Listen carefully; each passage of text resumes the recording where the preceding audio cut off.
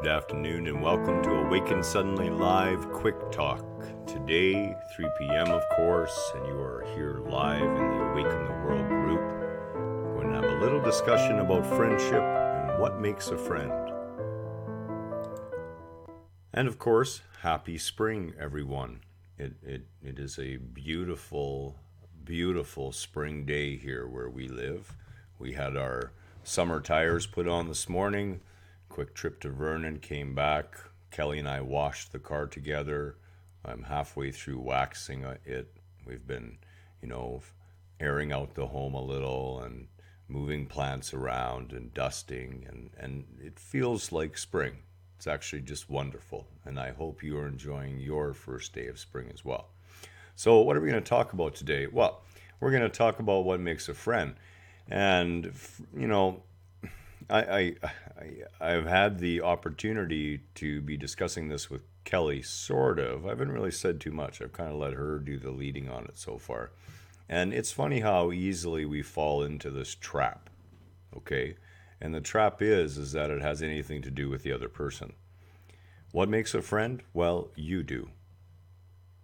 Ha, gotcha. You make the friend. Now, I'm going to give you an example, okay? We have a friend in our life who, up until the time I had to do the most compassionate thing I could for her, she was a regular visitor at our home. She came for tea. We had great, in-depth, deep discussions. So deep sometimes that her and Kelly would need me to back off a little bit so they could come up for air. But it was a lot of fun, and we had a lot of laughs together. And I've done their taxes for years now. Well, after that event, she ceased coming to our home. She didn't really communicate to us about it too much.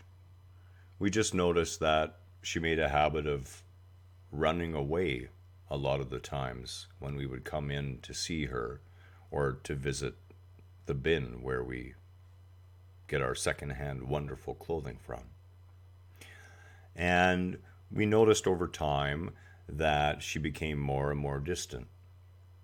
And it really bothered Kelly at first, whereas for me, I already knew that what mattered and what made a friend is what I was doing. And that was not allowing something that was potentially going to cause her harm to be enabled through my interaction with her. Instead, I showed her the alternative. I showed her the door out. I gave her the key to her own lock. And she rejected that key. And you know what? That's okay. It isn't about that. It's about what makes a friend. And this is one of the primary things that truly makes a friend, okay? In our friendships, we really have to look closely and see where we enable or agree or go along with our friend in order to get something. Because that isn't really how friends treat each other. It's rather sneaking and conniving. And believe it or not, human ego does this all the time. As a matter of fact, it's engaged in it during 95% or so of its interactions with others in some form or another. Once you begin to wake up to the realization that you are not your ego and that your mind is observable and your mind can be dealt with and brought around to actually serve you again, you begin to understand that when we do those things to our friends, we are not truly being a friend. We are not serving our friend. Serving our friend is doing the most compassionate, loving thing we can do for them at every turn. That does not include enabling their behavior in order to achieve an end result for yourself. And this is one of the biggest problems in friendships. Now, as an awakening being, you may notice that you're less consciously aware friends because, not everyone is going to awaken alongside of you. As a matter of fact, the awakening process is quite destructive. You literally appear to shed most of your friends, sometimes your family, sometimes other aspects of your existence. In my case, everything had to be stripped clean, bare, down to what I had on my back. The point, however, is that in this process, you're going to have friends who are still unconscious, and you may notice that the relationship has shifted a little bit. Perhaps you notice their unconscious behavior. Perhaps you become aware of something within them.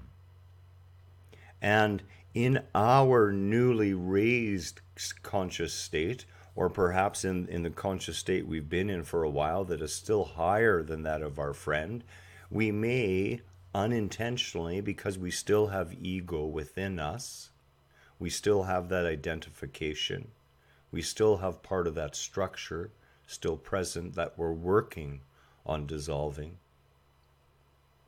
And part of us will feel like somehow we're a little more than they are.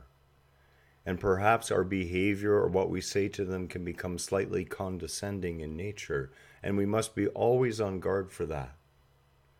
And of course, love them even more fiercely as a friend. Because pushing them away, not offering them the opportunity to see the example that you are, is not helping them. So much better instead to embrace them even more so. To be open and honest. And if that friendship has to disappear because they simply are not willing to accept what you've become, then you must let that go. And there's a reason why we let these things go. There's a reason why in our conscious awakening, much of our existence can be stripped away from us in many forms. It is to make room for all the glorious things that are going to be coming to you. All the people you're going to meet who are vibrating in that state of being. No matter what, though, what makes a friend belongs to you and not the other person. Much love to you this fine spring, first day of spring. And of course, namaste from both Kelly and myself. Look forward to seeing you tomorrow and again on the weekend. Take care for now.